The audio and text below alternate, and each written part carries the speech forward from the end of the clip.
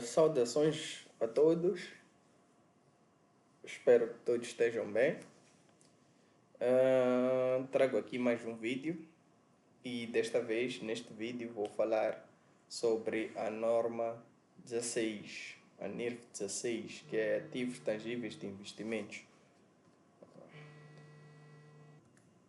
Então, vamos aqui apresentar a norma 16, Ativos Tangíveis de Investimento.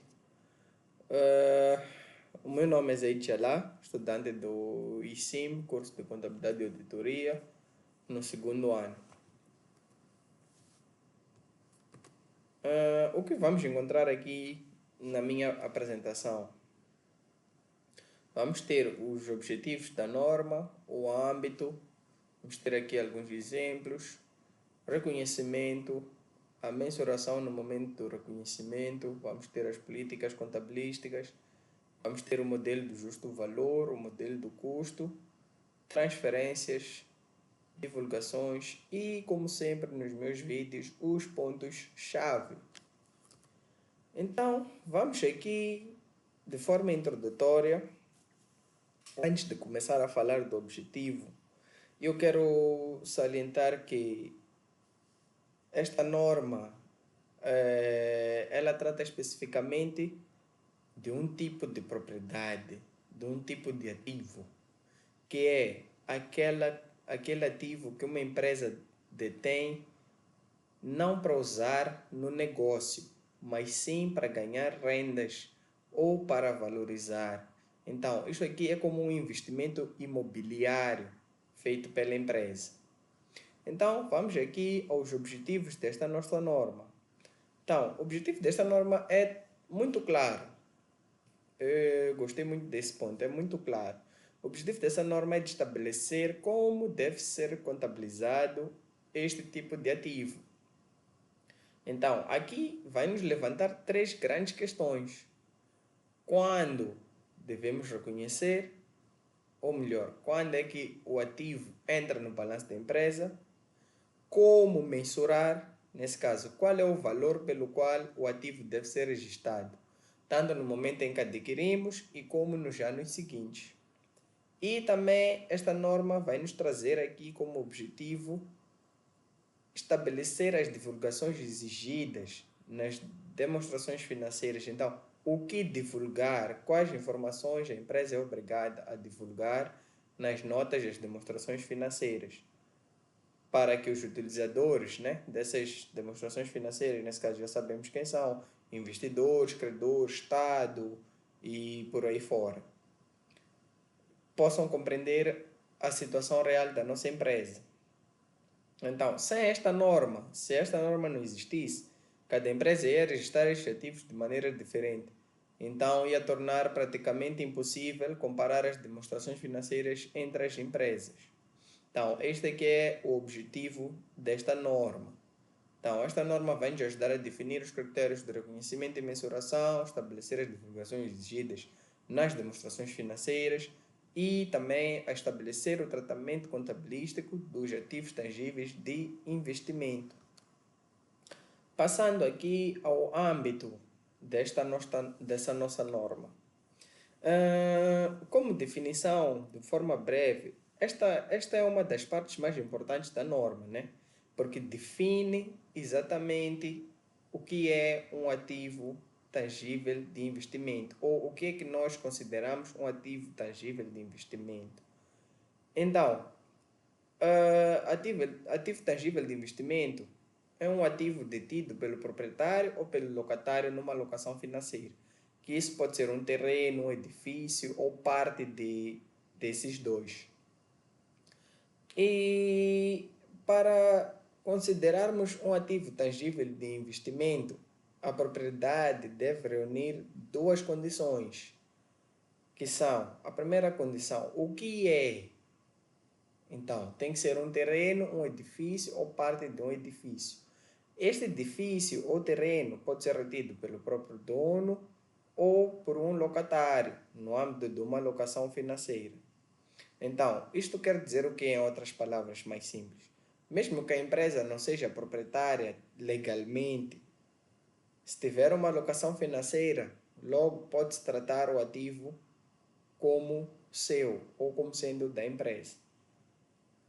Então, e também devemos saber para que serve este edifício ou terreno. Então, tem que ser de fim único para obtermos rendas, para valorizar o capital ou para as duas coisas. Podemos ter um ativo que nos traz renda e que também valoriza o nosso capital. Então, isso sim pode ser considerado um ativo tangível de investimento. Então, indo já ao âmbito, este ativo tangível não pode ser usado para produzirmos bens e serviços. Então, se for usado para a produção de bens ou serviços, isto aqui é um ativo fixo tangível, que temos a norma 13, que trata deste ponto, dessa matéria. Então, esse bem também não pode ser usado para fins administrativos da empresa. Por exemplo, o escritório onde a empresa trabalha, esse não é um ativo tangível de investimento, é um ativo fixo também. E também não pode ser um ativo que é usado para vender no decurso normal da atividade, no curso normal do nosso negócio. Então, isto seria um inventário, um ativo que a gente compra para vender é um inventário. Então, por exemplo, vamos lá, uma empresa de telecomunicações, né? A Vodacom ou a MCL, por exemplo, que compra um edifício para arrendar para as outras empresas. Esse edifício é considerado um ativo tangível de investimento. Mas, se em vez disso a empresa compra o edifício para usar como os seus escritórios, esse edifício é um ativo fixo tangível. Então, vamos aqui ao outro slide, que temos aqui exemplos que se qualificam, né, a esse âmbito. Então, temos aqui um terreno detido para valorização a longo prazo. Vamos lá, a empresa comprou um terreno, a saber que o valor do terreno vai subir com o tempo, mas não tem planos de vender esse terreno a curto prazo ou de usar o próprio terreno a um curto prazo. Então, nós vamos deter esse bem, esse ativo, esse terreno como um investimento. E depois temos também, podemos considerar um ativo de investimento, um terreno com uso futuro indeterminado. Então, nós compramos o terreno, mas ainda não sabemos o que vamos fazer com esse terreno.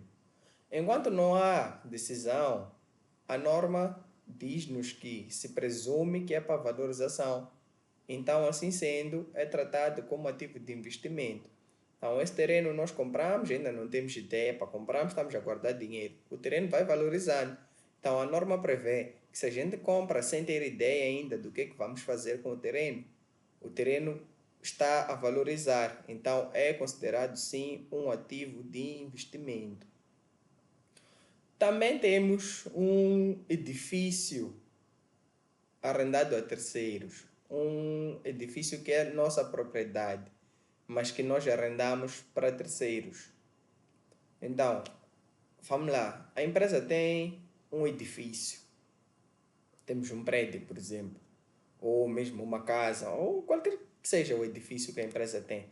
E nós, como empresa, arrendamos esse edifício a outras empresas ou a clientes particulares através de contratos de locação operacional. Então, as rendas que nós recebemos desse ativo são rendimento desse investimento. Então, é considerado um investimento o edifício. E depois temos também um edifício desocupado, mas detido para ser locado operacionalmente. Então, um edifício desocupado para futura locação, né? Podemos assim dizer. Nós temos edifício, o edifício não está ocupado, mas está lá o edifício. Então, o edifício agora está vazio, mas a intenção da empresa é arrendarmos esse edifício. Então, enquanto aguardamos por inquilinos, por pessoas para virem arrendar o nosso edifício, esse edifício continua a ser classificado como um ativo de investimento. Então, aqui temos que ter sempre em conta a intenção que a empresa tem. Isso é que determina. Vamos lá, nós podemos ter dois edifícios iguais, mas terem classificações diferentes. Isso de acordo com o uso que a empresa vai dar. Por exemplo, nós podemos ter dois edifícios lado a lado, mas um edifício nós usamos como escritório da empresa, outro edifício estamos a arrendar para outras empresas ou para outros particulares, né? Então, aquele edifício que é nosso escritório é um ativo fixo e aquele edifício ao lado que estamos a usar para alugar é um ativo de investimento. Agora, aqui dei exemplos que se aplicam ao âmbito da norma ou que se qualificam, né, como vem aqui no título. Agora vamos ao inverso, exemplos que não se qualificam. Vamos lá, a norma também é explícita sobre isto, o que não é ativo tangível de investimento, para que evite confusões.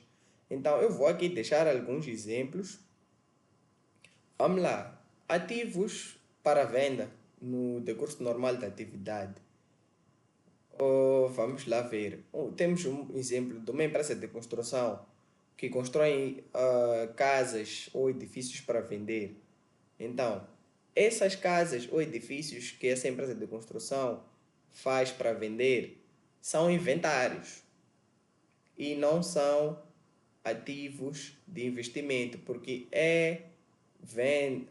a venda desses edifícios é o negócio principal da empresa. Então, temos também ativos construídos para terceiros. Uma empresa que constrói um edifício por conta de um cliente está a executar um contrato de construção. Então, podemos ainda continuar com aquele exemplo de uma empresa de construção. Nós estamos a fazer o edifício para o nosso cliente. Então, aqui estamos a executar um contrato de construção, que eu também falei dessa norma, norma 10. Então, contratos de construção, a gente encontra lá a informação desta norma. Para quem não acompanhou, pode ir lá ver o vídeo. Então, isso também não é um ativo de investimento. Por quê? Porque nós não estamos a gerir um ativo de investimento, estamos a executar um contrato de construção. E também uma propriedade ocupada pela própria empresa. Os escritórios onde a direção trabalha, onde há produção, lá a administração, as fábricas onde se produz e tudo mais. Isso são ativos fixos e não ativos de investimento. Temos também ativos ocupados por empregados.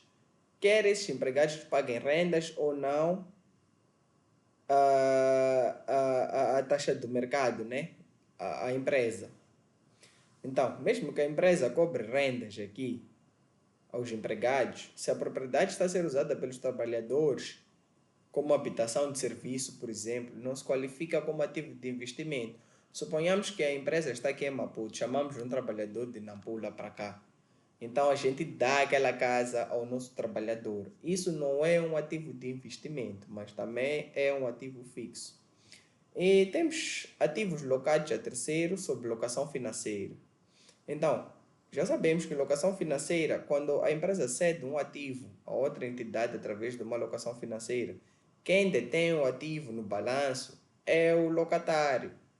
E o locador desreconhece o ativo. É como se tivéssemos feito uma venda desse ativo. Então, espero que tenha ficado claro. Vamos aqui ao reconhecimento. Então, o reconhecimento, o que é aqui? É quando é que este ativo entra no balanço. Então, esta norma vai nos responder com dois critérios e devem ser cumpridos em simultâneo. Então, o primeiro critério qual é? A probabilidade de benefícios econômicos futuros. Então, quando for provável que os benefícios econômicos futuros associados fluirão para a entidade, nós reconhecemos como um ativo tangível de investimento. Nesse caso, deve ser provável que o ativo vai gerar benefícios para a empresa, como rendas, valorização ou as duas coisas. Então, se não houver essa probabilidade, não reconhecemos esse ativo como ativo de investimento. E o segundo critério qual é? Mensurabilidade do custo, confiabilidade. O custo do ativo deve ser possível de calcular com segurança. Na maioria dos casos, basta termos uma fatura ou uma escritura que comprova o valor do nosso ativo. Aí sim. E também, quando os custos que entram no ativo, quanto aos custos que entram no ativo. Esses custos incluem o quê? Incluem custos suportados inicialmente para adquirir o ativo e custos subsequentes para acrescentar, substituir parte ou dar assistência ao ativo. Custos iniciais, o que seriam? Tudo aquilo que nós pagamos para adquirir o ativo, que é o preço de compra, impostos de transferência, honorários de advogados, notários, etc. Então, deu-se um exemplo até muito simples e prático de a gente compra um sistema, uma máquina, né? Vamos lá, uma máquina. A gente importa aquela máquina para aqui, para a nossa empresa e temos que, junto com a máquina, deve vir um engenheiro para vir programar aquela máquina, para a máquina poder operar. Então, esse também é um custo inicial. Isso vai valorizar o nosso ativo, vai estar junto do valor do nosso ativo. Então, temos também custos subsequentes, que podem ser para acrescentar, substituir parte ou dar assistência ao ativo. Isso também vai entrar. Nesse caso, são despesas feitas depois da aquisição, que aumentam benefícios futuros do ativo. Por exemplo, uma grande obra. Temos ali um edifício, fazemos uma obra ali de aumentarmos o edifício. Por exemplo, estamos a aumentar ali mais um cômodo ao nosso edifício. É também reconhecido como o valor do ativo tangível total. Nesse caso, vai aumentar o ativo tangível de investimento. Mas aqui temos que ter atenção a uma coisa: despesas de manutenção corrente não entram. São gastos do período. Por exemplo, vamos pintar, vamos reparar o nosso edifício, vamos lá, furou um tubo, arranjamos. Não estamos a dizer que está a aumentar o valor do ativo. Não. Essa parte aí é gasto do período 6.3. Então, a seguir, vamos à mensuração no momento do reconhecimento. Aqui é quando o ativo entra no balanço pela primeira vez. O valor pelo qual é registrado é sempre o custo. Então, este é um princípio universal na contabilidade. O custo é o valor mais objetivo e verificável. Então, ao registrarmos pela primeira vez, nós temos lá a fatura, por exemplo. Compramos o edifício a 10 milhões de meticais. Então, esse é o valor que vai ser reconhecido de forma inicial. Então, que é o preço que nós pagamos, custos de transação diretamente associados a essa compra, né? Que vai incluir impostos, honorários profissionais, essas coisas todas, aquelas despesas da administração, mas do início. Então, há um caso aqui um pouco especial, né? Que é no caso de construção própria. Então, quando é a empresa própria a construir o ativo de investimento, como por exemplo, uma empresa manda construir um edifício que sabe que esse edifício está construído para depois arrendar. Esse custo primeiro, esse custo é apurado na data em que a construção termina. Nesse caso, quando o contrato de construção acabar. Então, durante a construção desse ativo, vai se aplicar a norma 13, que é de ativos tangíveis. Então, só quando o edifício estiver pronto é que vai passar a ser destinado ao arrendamento, é que vamos passar do ativo fixo para ativos de investimentos. Então, há a transição de normas aqui. Por exemplo, durante a construção vamos ter que aplicar a norma 13, que é ativos tangíveis, e quando transitar já para o arrendamento, já estiver tudo pronto, já queremos arrendar o edifício, aí vai passar para a norma 16, que é essa que estamos aqui a abordar. Então, a seguir, vamos ter as políticas contabilísticas. Então, aqui é onde nós decidimos qual das políticas contabilísticas vamos usar para aplicar. Então, essa é uma decisão, uma das mais importantes quando estamos perante os ativos de investimento. É uma das decisões mais importantes que a empresa vai tomar ou tem que tomar. Então, escolher qual é o modelo de mensuração a adotar após o reconhecimento inicial. Então, a norma já nos dá aqui duas opções, que é o modelo do justo valor ou o modelo do custo. Então, aqui no modelo do justo valor, o que acontece? O ativo é reavaliado todos os anos ao preço do mercado atual. Então, as variações do valor são reconhecidas nos resultados. E na segunda opção, que é o modelo do custo, o ativo vai se manter registrado pelo custo histórico.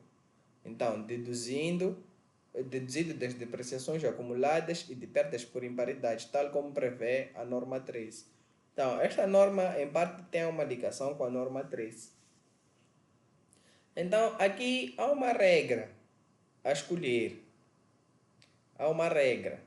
A política escolhida aplica-se a todos os ativos tangíveis de investimento. Então, essa política que nós fomos a escolher deve ser aplicada de forma uniforme a todos os ativos tangíveis de investimento da empresa. Então, não tem como nós termos ativos tangíveis de investimento e a uns ativos tangíveis de investimento aplicar custo de justo valor, aliás, aplicar o modelo do justo valor e também aos outros aplicar o modelo do custo. Isso não pode ser feito, atenção, tem que ser uma política consistente. Se a gente escolher o modelo de justo valor, vamos usar essa para todos os ativos de investimento que a empresa tiver. Se for modelo do custo, idem. Agora, há uma exceção. Se um locatário tiver interesse numa locação operacional e classificar esse ativo como ativo de investimento, aí sim é obrigatório usar o modelo do justo valor. Aqui não há escolha, deve ser usado o modelo do justo valor. Agora, passando a uma pequena explicação de como é que é o modelo do justo valor. O justo valor é definido como o preço pelo qual o ativo poderia ser trocado entre partes conhecedoras e dispostas a isso, numa transação em que não existe relacionamento especial entre elas. Ok, então, simplificando isso tudo, é definido com o preço do mercado, o preço real do mercado. Esse aqui é o justo valor. Então, depois, como é que se determina esse valor? Como é que se determina o justo valor? Geralmente, o justo valor é determinado através de avaliações feitas por avaliadores independentes com qualificações reconhecidas e com experiência recente no tipo e localização do ativo. Então, temos aqui o caso temos aqui os engenheiros orçamentistas, né? Eles vão dar o orçamento ou o valor de quanto é que vale aquele nosso ativo. Então, é uma das formas de como é feita a determinação do justo valor. Então, esta norma também incentiva-nos a recorrer a esses profissionais, né, que fazem essa avaliação, mas não é obrigatório. Incentiva, sim, temos que recorrer aos profissionais para avaliar, mas não é obrigatório. Se a gente tiver, por exemplo, uma fatura já ali com valor, pronto, tudo bem. Então, o que é que acontece quando o justo valor muda? Vamos lá, se o justo valor sobe, a empresa vai registrar um ganho nos resultados do período. Mas se descer, a empresa vai registrar uma perda nos resultados do período. Então, esse justo valor pode oscilar. O preço do bem pode aumentar, como pode reduzir.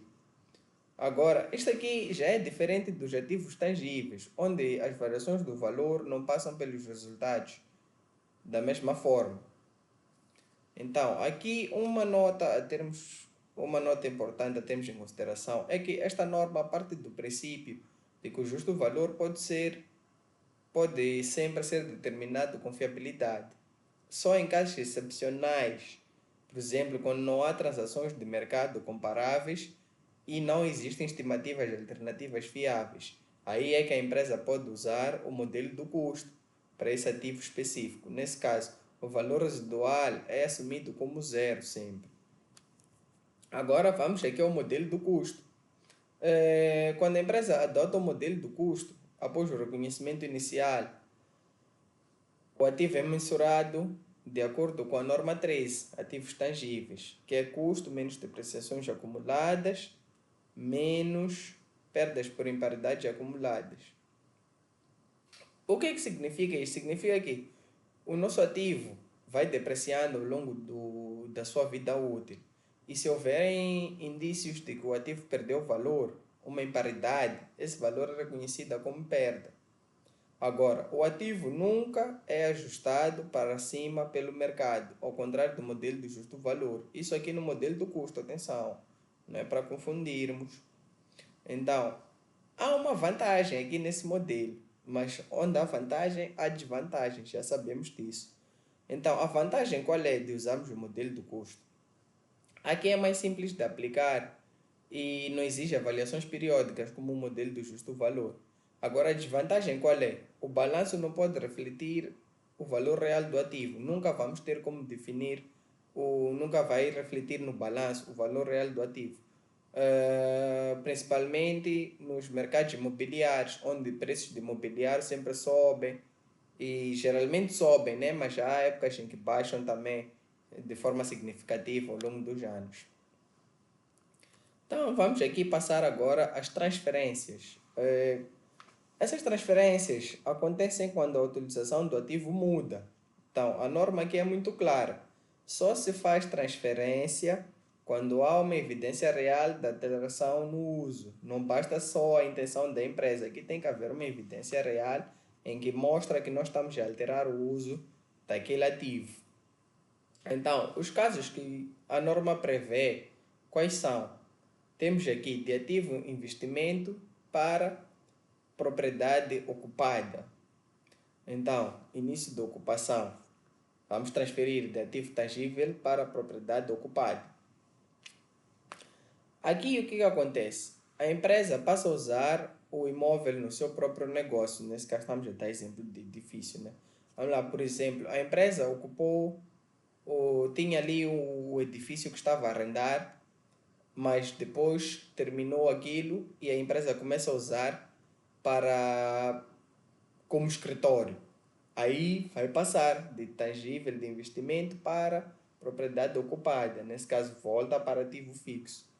Então, também prevê aquela transferência de ativo de investimento para inventários. Se a empresa, por exemplo, começa a ver aquele imóvel, começa a desenvolver o imóvel com vista a vender, por exemplo, remodelarmos, temos o nosso edifício, vamos remodelar o nosso edifício e vender as flats, né? Aí sim, vai passar de ativo de investimento para inventário, porque já queremos vender, já não vamos ter renda daquele edifício. Então, também prevê a transferência de propriedade ocupada para ativo de investimento. Então, a empresa, tivemos aquela primeira situação em que a empresa estava a arrendar o edifício e depois deixou de arrendar, voltou a usar o edifício como escritório. Aí é de propriedade ocupada, é de ativo de investimento para propriedade ocupada. Agora é o inverso. Então, passa de propriedade ocupada para ativo de investimento. É quando a empresa deixa de usar aquele imóvel e passa a arrendar. Depois temos outra coisa que a norma prevê, outro ponto, desculpa, quando passa de inventários para ativos de investimento. Então, aqui a empresa decide arrendar um imóvel que estava para vender. Então, tínhamos um imóvel ali para venda, mas em vez de vendermos, vamos lá arrendar esse imóvel. Então, aí vai passar de inventário para ativos de investimento.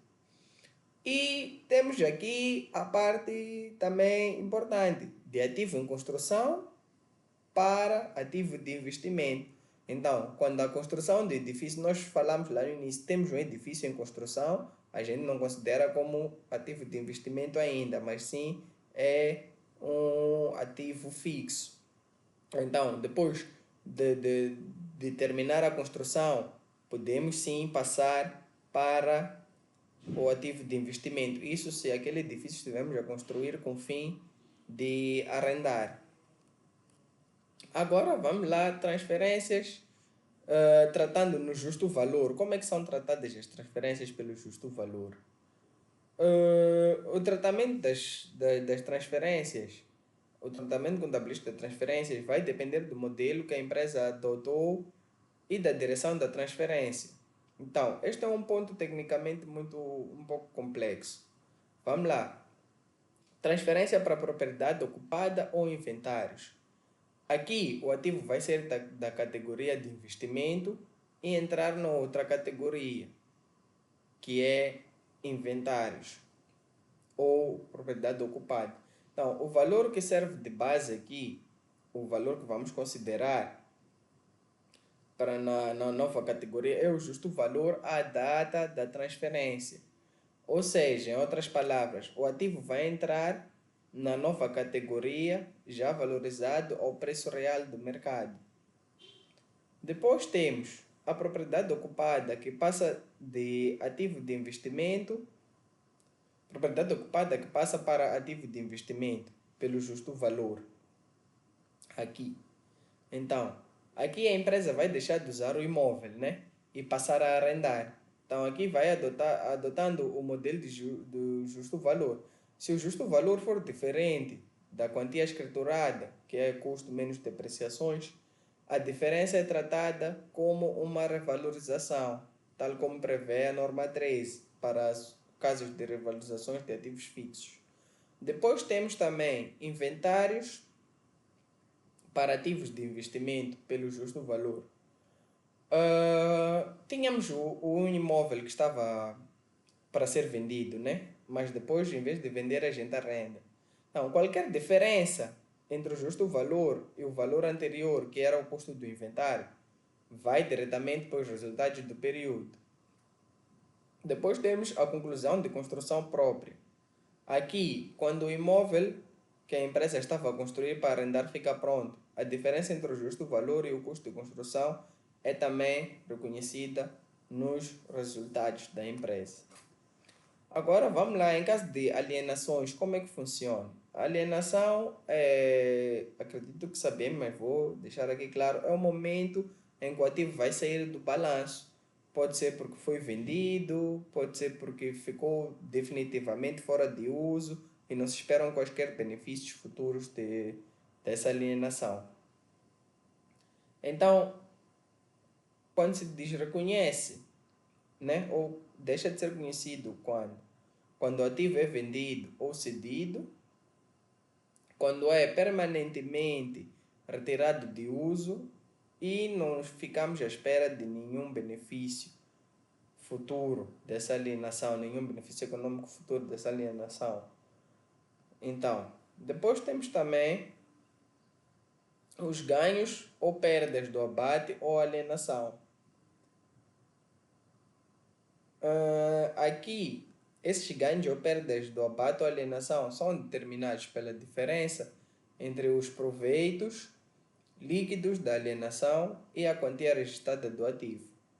Esses são reconhecidos nos resultados no período do abate ou da alienação.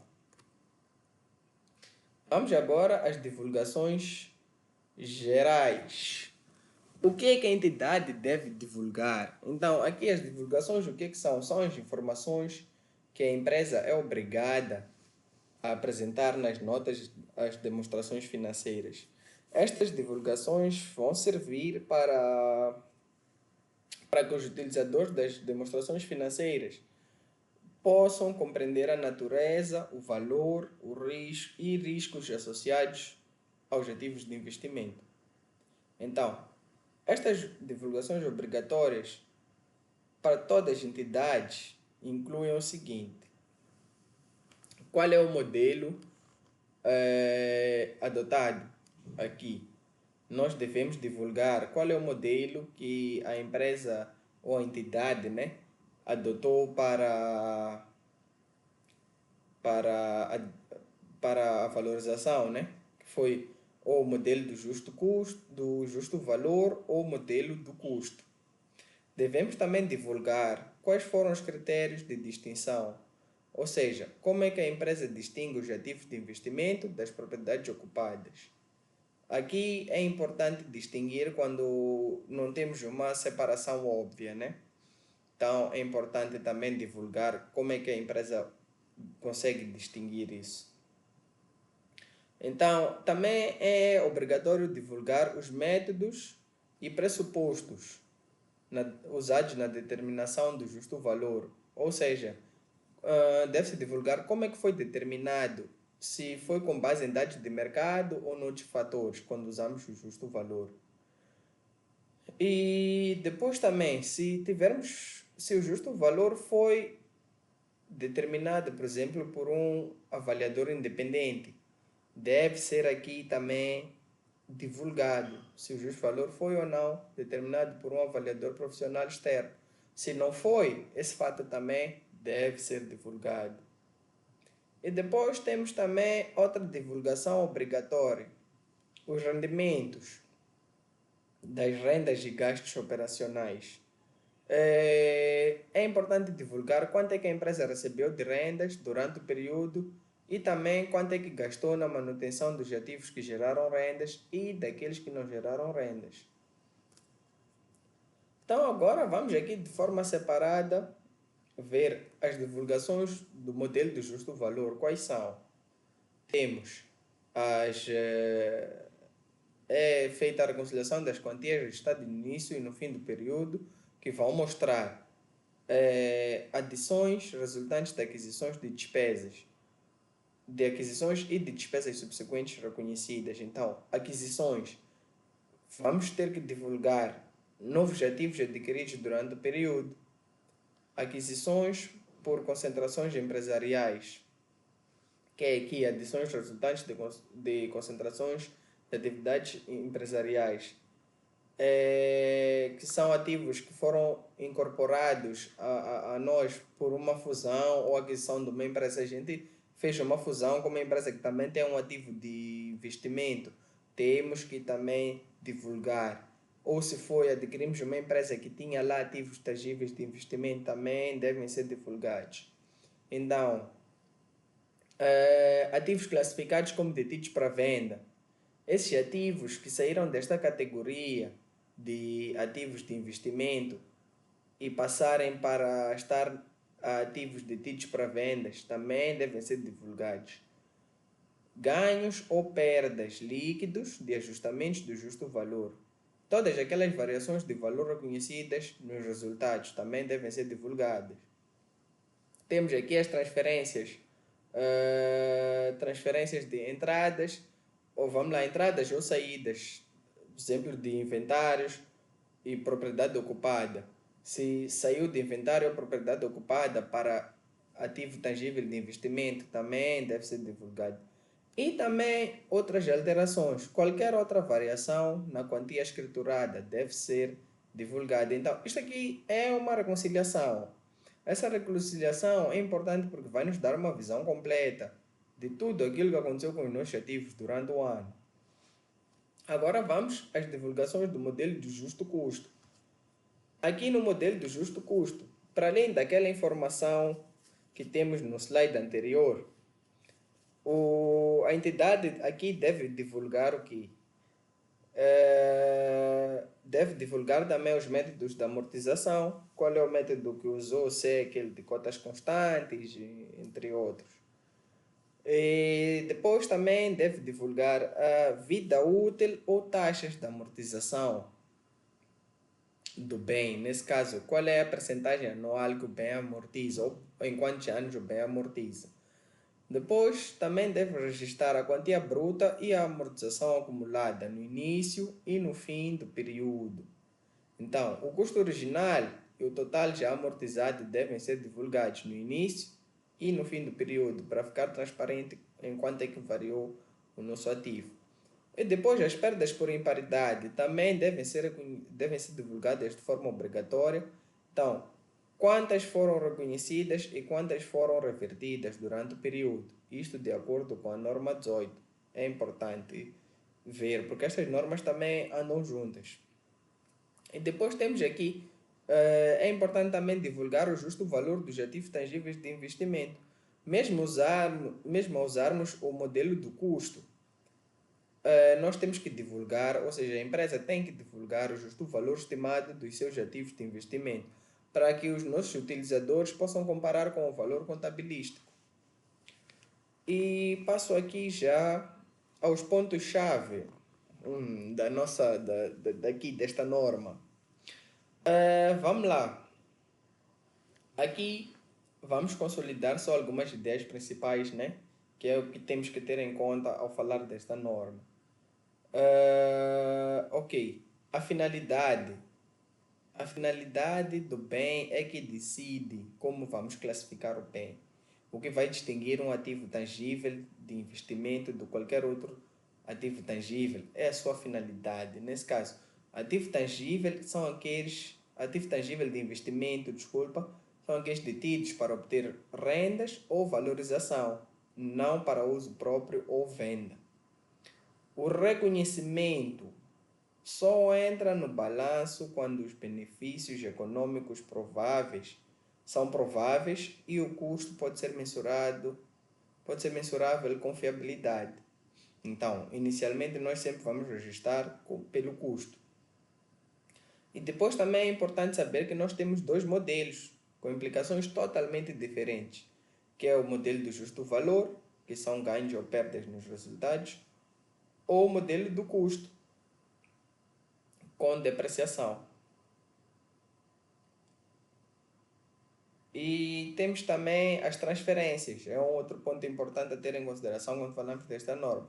As transferências são efetuadas apenas quando há alteração efetiva e comprovada no uso do ativo. Então, vamos registrar transferência quando soubermos e termos comprovativo de que o uso do ativo mudou. E a alienação. A alienação é o que vai gerar resultado imediato. Então, que é o resultado reconhecido nos resultados do período, que são os proveitos líquidos menos a quantia registrada. Então, aqui sabemos que é quando o ativo é vendido ou abandonado. O ganho ou a perda é calculado e reconhecido imediatamente e nos resultados do período, sem nenhum diferimento. Então, espero que tenham gostado do vídeo, espero que tenham percebido. E pronto, como sempre, no caso de alguma dúvida, sugestão, questão, estou aberto. E muito obrigado a todos por acompanharem o vídeo até o fim. Tchau, tchau.